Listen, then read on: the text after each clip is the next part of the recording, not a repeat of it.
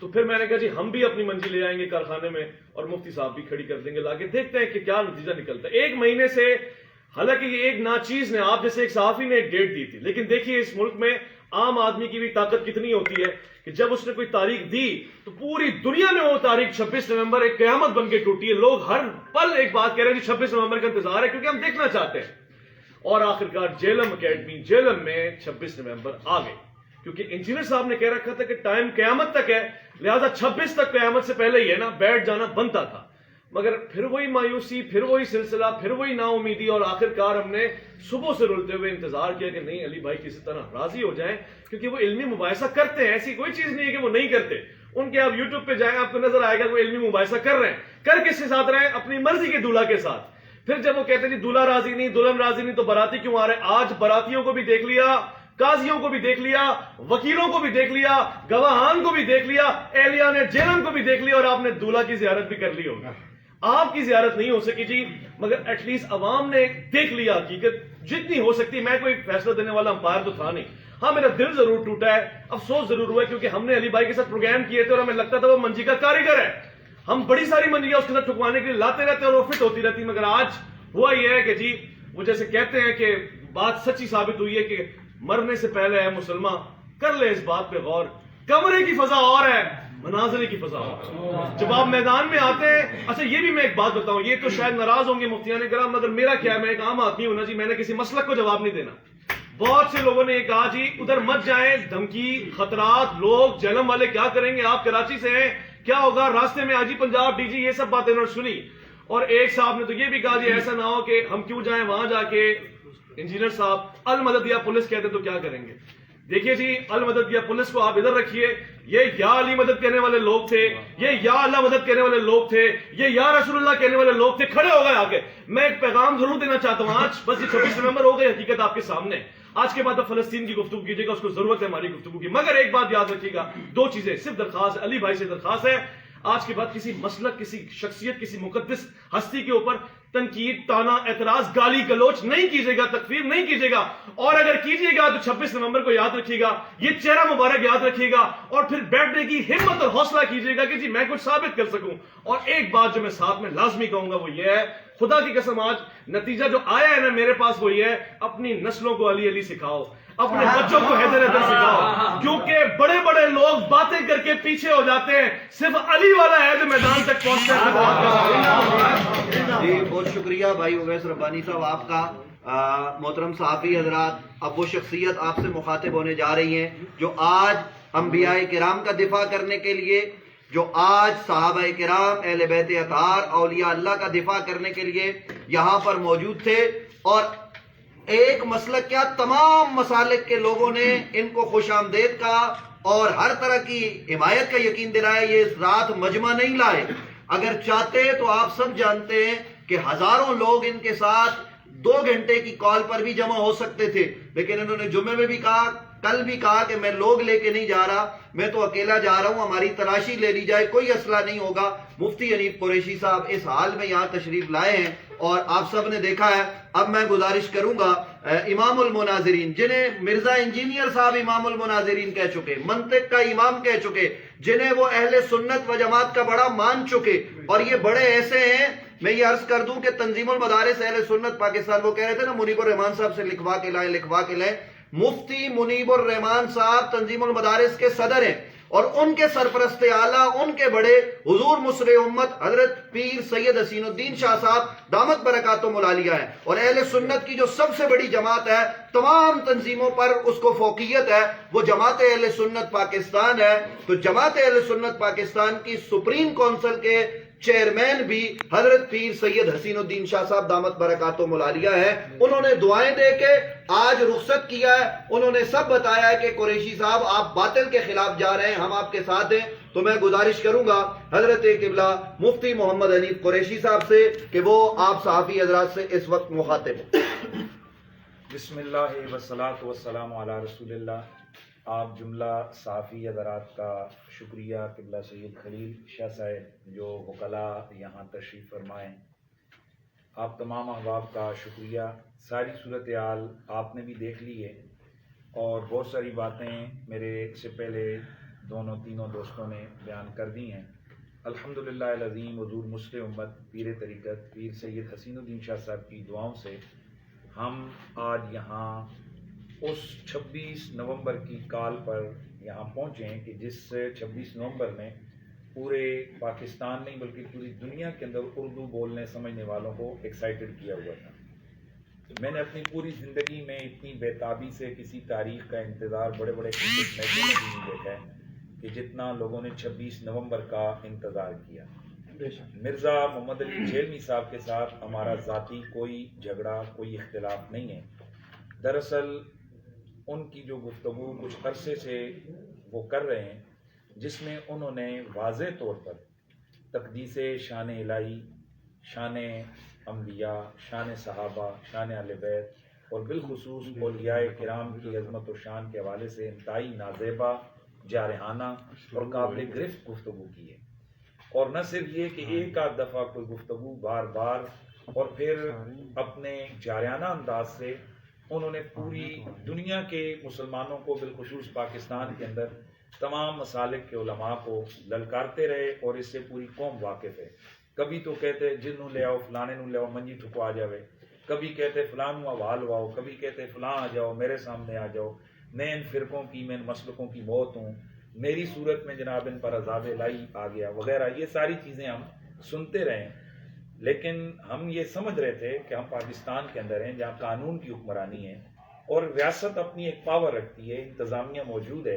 اور یہاں ہوتا یہ ہے کہ کسی مسجد کے اسٹیج پر کسی مسلک کے کسی فرقے جماعت کے خلاف کوئی عالم دین جارحانہ گفتگو کرتا ہے تو اس کے خلاف فوراً قانون حرکت میں آتا ہے، محض ایک ڈائری کے اوپر پرچہ ہوتا ہے اور جناب وہ حضرت صاحب جیل چلے جاتے ہیں۔ نہ جانے یہاں کون سی ایسی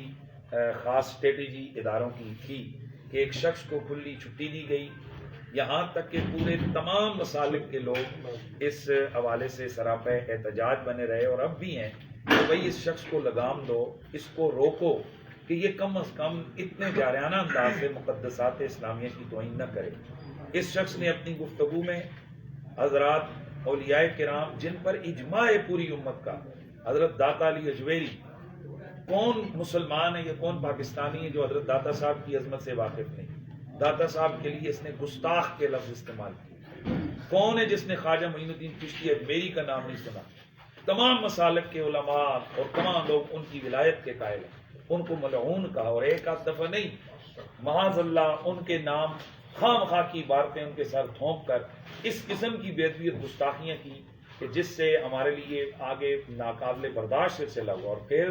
مجھے مرزا صاحب اپنی گفتگو میں مخاطب بناتے رہے اور مجھے کہتے رہے، ان کے فالوورز ہمیں ٹرول کرتے رہے کہ جواب دو قریشی صاحب، جواب دو، اور یہ تمام پورا ملک گواہ ہے کہ میرے نام کی ویڈیو بناتے رہے اور ٹرول کرتے رہے، ان کے پیجز پر چلتی رہیں کہ جناب قریشی صاحب جواب دو۔ تو میں نے مناسب سمجھا کہ اویس ربانی صاحب کے ساتھ ایک پوڈ کاسٹ میں میں نے اس پر کہا تھا کہ چونکہ مجھے وہ بار بار ویڈیوز میں کہہ رہے ہیں تو پھر ٹھیک ہے، ہم ان کو جواب دینے کے لیے تیار ہیں، لیکن یہ اس طرح نہیں کہ ویڈیو ہم لوگ کھیلیں کہ وہ ادھر سے کلپ بنائیں، ہم ادھر سے کلپ بنائیں، اور پھر جو اصل بات ہو اس کو جناب وہ ہوا میں اڑا دیں یا کھچ مار دیں، جیسے کہ وہ جغتے مار کر اپنے مسئلے کو وہ کرتے ہیں۔ اس کا طریقہ کار ہوتا ہے جیسے ایک پورا علم المناظرہ، اس کی روشنی میں مباحثہ ہو، اور ان کے بقول کہ میں نے لاکھوں لوگوں کو، میری ویڈیوز نے ذہن ان کا چینج کیا، اس کا مطلب ہے کہ لوگ ویڈیو دیکھ کر خود انالائز کر لیتے ہیں کہ بھئی یہ کس کی بات صحیح اور کس کی غلط۔ تو ہم نے یہ کہا تھا کہ ایک آپ ہوں گے، ایک میں ہوں گا، اور سامنے کیمرے لگے ہوں گے دونوں طرف سے، ایک دو آپ کے جو چیزیں دینے والے ہوں گے، کتابیں اٹھا کے دینے والے دو معاونین میرے ہوں گے۔ بے شک بند کمرے میں آپ میرے پاس آئیں، میں نے 50 لاکھ تک کی سیکیورٹی بانڈ جمع کروانے کا کہا تھا کہ آپ کا بال بھی کا نہیں ہوگا، میرے پاس آپ پنڈی تشریف لائیں، میں پوری سیکیورٹی کی ذمہ داری میری۔ لیکن ان کی طرف سے آیا نہیں، مجھے تھریٹس ہیں، اور واقعی ان کے لیے مسائل ہم نے دیکھے ہیں کہ ان پر قاتلانہ حملہ ہوئے، اور ہم ان قاتلانہ حملوں شملوں کے ہم قائل نہیں ہیں، یہ تو بزدلوں کا کام ہے اس طرح سے یہ کرنا کہ جناب والا معاملات اس طرح میں ان کے ہم بالکل قائل نہیں ہیں۔ تاہم ہم ان کی اکیڈمی میں ہم خود آئے، اور محترم اویس ربانی صاحب نے جیسا کہ آپ سب لوگ جانتے ہیں 26 نومبر کی تاریخ دی تھی، اس تاریخ پر گو کہ انہوں نے ابتدان ہم سے بھی نہیں کہا تھا، انہوں نے کہا یار یہ ختم کرو، لوگ مجھ سے تنگ کر رہے ہیں, مجھے پوچھ رہے ہیں کہ تو نے کہاں لگایا معاملہ, کدھر چھوڑیے تو نے وہ بحث کا اینڈ نہیں کیا. تو انہوں نے جو 26 نومبر کی تاریخ دی تھی اس پر وہ کہ ابتداءً ہم سے انہوں نے رابطہ نہیں کیا تھا, لیکن ہم نے ویلکم کہا کیونکہ ہمارا من سچا تھا اور ہمارا یقین ہے کہ جو چیزیں باتیں انجینئر مرزا محمد علی صاحب نے لوگوں کو بتائی ہیں وہ سب جھوٹ, سب فراڈ, دھوکہ اور بے شمار چیزیں انہوں نے الزامات لگائے ہیں اولیاء کرام پر. اور اسی لیے ہم آج آئے تھے کہ وہ ہمارے سامنے بیٹھیں اور وہ اپنے موقف کو ثابت کریں. تو انشاءاللہ میں نے یہ اعلان کیا تھا کہ میں ان کا فالوور بن کے اٹھوں گا, اسٹوڈنٹ بن کے اٹھوں گا, اور میرے ساتھ جو لاکھوں لوگ پوری دنیا میں وابستہ ہیں وہ سب ان کے مرید ہو جائیں گے, وہ سب ان کے ساتھ چلے جائیں گے. اور لیکن آپ نے سب نے دیکھ لیا کہ جیسے ہمیں سارے لوگ کہہ رہے تھے کہ یہ مرزا صاحب فرار ہو جائیں گے, اور بالکل آپ کے سامنے کہ آج مرزا صاحب باوجود کوشش کے ہم نے ان کے تمام راستے بند کیے ہیں کہ بھائی آپ پہلے انہوں نے کہا تھا کہ میرے پاس جنرل سے لے کر وزیر اعظم سے لے کر کوئی عام آدمی تک 9 بجے تک میری اکیڈمی میں آئے تو وہ ویلکم. ہم 9 سے پہلے آئے لیکن ہمیں اندر داخل نہیں ہونے دیا گیا, اور پہلے انہوں نے ہم سے کیمرے اور موبائل وغیرہ لے لیے, بند کر دیے, نئی ویڈیو بنانے دی. تو ہم نے احتجاج کیا کہ تم ویڈیو بناؤ اور ویڈیو کے ذریعے سے کھیلو تو وہ صحیح ہے. اور ہم جب آئیں اور اپنا ثبوت رکھنے کے لیے کہ ہم آئیں ویڈیو بنائیں تو پولیس نے بھی ابتداء ذرا سختی کی کیونکہ ہم صرف 5-6 لوگ تھے. تاہم بارازاں ہم نے تحریراً اور بار بار کی ان کے لوگ آئے, ان کو بتایا مرزا صاحب کو بتائیں, تحریر لکھ کر دی کہ یہ ان کو دے دیں, ہم نیچے کھڑے انتظار کر رہے ہیں. پھر ضلع کی انتظامیہ وہاں پہنچی, ڈی ایس پی صاحبان, ایس ایچ او صاحبان, پوری ضلع کی انتظامیہ وہاں گئی اور انتظامیہ نے ان سے بار بار کہا جی کہ آپ ان کو کیا جواب دیں گے. ان کا پہلا جواب آیا کہ ہم ابھی ہمارا لیکچر ہو رہا ہے اور اس کے بعد ہم کریں گے. بعد ازاں مرزا صاحب کی طرف سے آپ تمام لوگوں نے دیکھا کہ ڈی ایس پی صاحب نے خود کھڑے ہو کر اعلان کیا کہ مرزا صاحب نے کہا کہ جا کر ان کو بتا دیں کہ میں کسی قسم کا کوئی بحث, کوئی مناظرہ, کوئی کچھ بھی نہیں کرتا. ہمیں تو یہ تھا, میں ایکسپیکٹ کر رہا تھا کہ ویسے میں نے کبھی مرزا صاحب کے والے سے بدتمیزی اس طرح نہیں کی ہے کہ وہ میں بلاتے, اکرام کرتے, چائے پلاتے, تھوڑی تھوڑی بحث ہوتی اور اگر اور زیادہ نہیں تو شرائط طے کرتے. پھر میں نے یہاں تک کہا تھا کہ ہم چاہتے ہیں کہ یہ مسئلہ حل ہو. وہ ڈیٹ اناؤنس نہ کرتے بلکہ میرے کان میں کہہ دیتے کہ یار ہم آپ کو فون کر کے تاریخ دے دیں گے, صرف ویڈیو بنے گی, بعد میں ہم اپلوڈ کریں گے, لوگوں کو پتہ چل جائے گا کہ یہ مناظرہ ہو چکا ہے. لیکن کچھ بھی ہمیں وہاں سے پازیٹیو جواب نہیں ملا. باقی آپ تمام احباب کا شکریہ. اب میں اپنے ملکی اداروں سے ایک سوال کر رہا ہوں. میں ڈسٹرکٹ جہلم کی جو پولیس ہے اس سے اور جو ہمارے بقا اور سلامتی کے ادارے ہیں ان سے کہ جناب آپ تو لگے ہوئے ہیں, سینکڑوں ہزاروں فوجی آپ نے مروا دیے ہیں آپریشن کر کے کہ ہم تکفیریوں کا خاتمہ کر رہے ہیں. تو ایک ایسا تکفیری کہ جو آپ کے بالکل بغل کے نیچے ہے اور وہ اتنی بڑی ہے تو کسی